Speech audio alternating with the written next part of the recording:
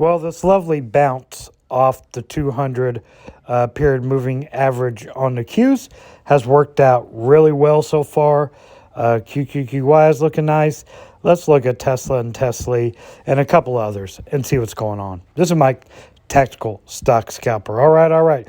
I sold clip the other day when QQQ was at this 200 period moving average. I took most of that money and moved it over to QQQY so we could, so I could play this bounce off the 200, and that indeed happened. Just worked out beautifully. I closed my QQQ calls today. Just went ahead and took profits. Once we crossed 350, that was good enough for me. 355 is going to be the next resistance on the way up. We'll see what happens up there, or if this bounce continues on, or we get a little pullback. So QQQ is looking nice. We got a bounce off the 200 on the daily. Looking at the weekly chart, it's beautiful. We got a touch. So far, a hold on the 50 period moving average on the weekly time frame. I'm looking, if this holds a 50 period, I would look for this to go higher and maybe up to 360. We'll have to see what happens then. Will it continue the trend of lower highs and lower lows? Well, for now, it definitely is. We need to cross this 370 level to see if we are really getting back on the bull. Let's look at QQQY. And I am actually really liking this so far. Now, obviously, it's only, what are they, 2 months old or something? So we don't have a lot of information to go on. But even with the major market dips, QQQY has still remained very manageable, really, and in a nice range. And so this is really exciting. Plus, QQQY, you get that dollar dividend per share this month. So just, lucky or good, call it whatever you want to call it, but dumping clip and getting QQQY, not only getting the share price appreciation here before too long, I will also have those major dividends. So that was a really good move, at least for the short term. You can see my average there on QQQY. What do we got? 1864. I'm going to wait and see what happens before I add any more. If it keeps going up, whatever, great. But I have some money left over from the clip sale. I want to see if we get rejected here and come back down a little bit, and then I'll average in again on QQQY. Let's look at Tesla. So Tesla and Tesla are just treading water. Let's go ahead and pull out Tesla on a weekly time frame. I was talking about I was going to average down on this 200 period moving average where I have the arrow. I didn't average down yesterday. I wanted to see what would happen here.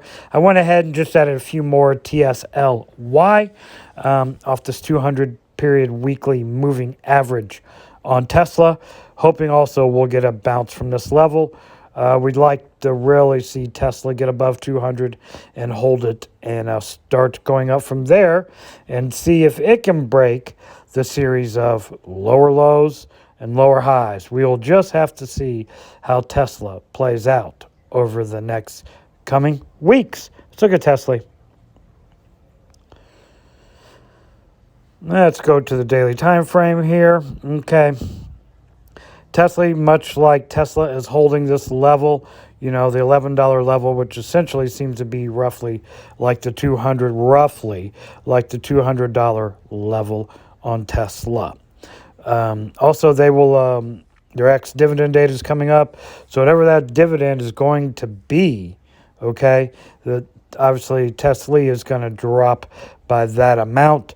So I just went in a little bit here.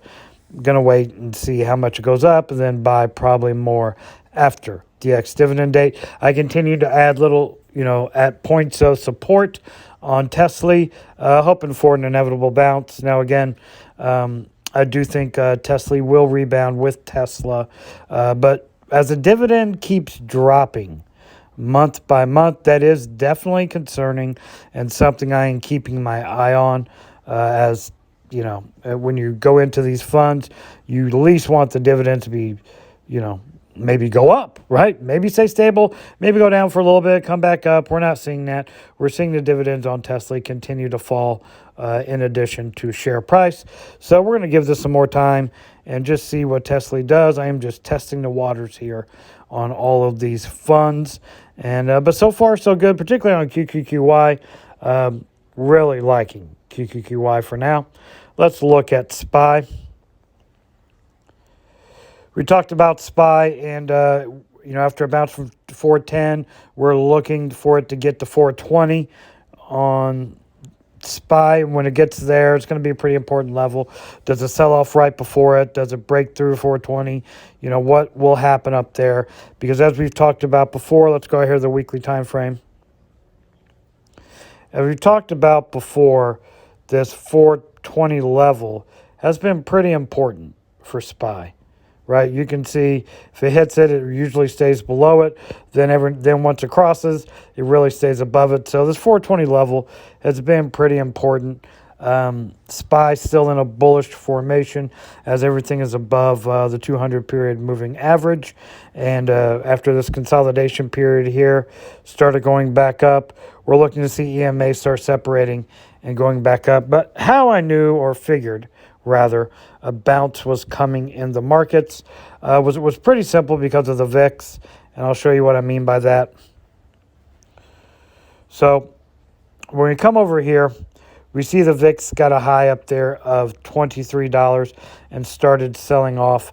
The markets were going down, okay, and the VIX was going down. So that was leading me to believe that a bounce was coming, and we indeed did get that bounce off the Qs and SPY. Now we come down to an important level because everything's, like I said, SPY is getting to 420. QQQ is going to be getting up to 355. And now we're coming down to this 200 period moving average on a VIX. Will it stall there and the VIX go back up, causing the market to come down a little bit? We will see what will happen here. Or will it pierce right through these EMAs over the next 2 days? We'll have to find out. Jay Powell speaks tomorrow. And then we have Apple earnings on Thursday. So quite a bit here ready to move the market over the next 2 days. And that's another reason I've held on to most of my money until next week. I want to see what shakes out with the markets. In case they do dump, I got money ready to go. And if they rise up, well, beautiful. Then we can start making videos about how to average up appropriately instead of making videos about how to average down. This is Mike, Tactical Stock Scalper, out.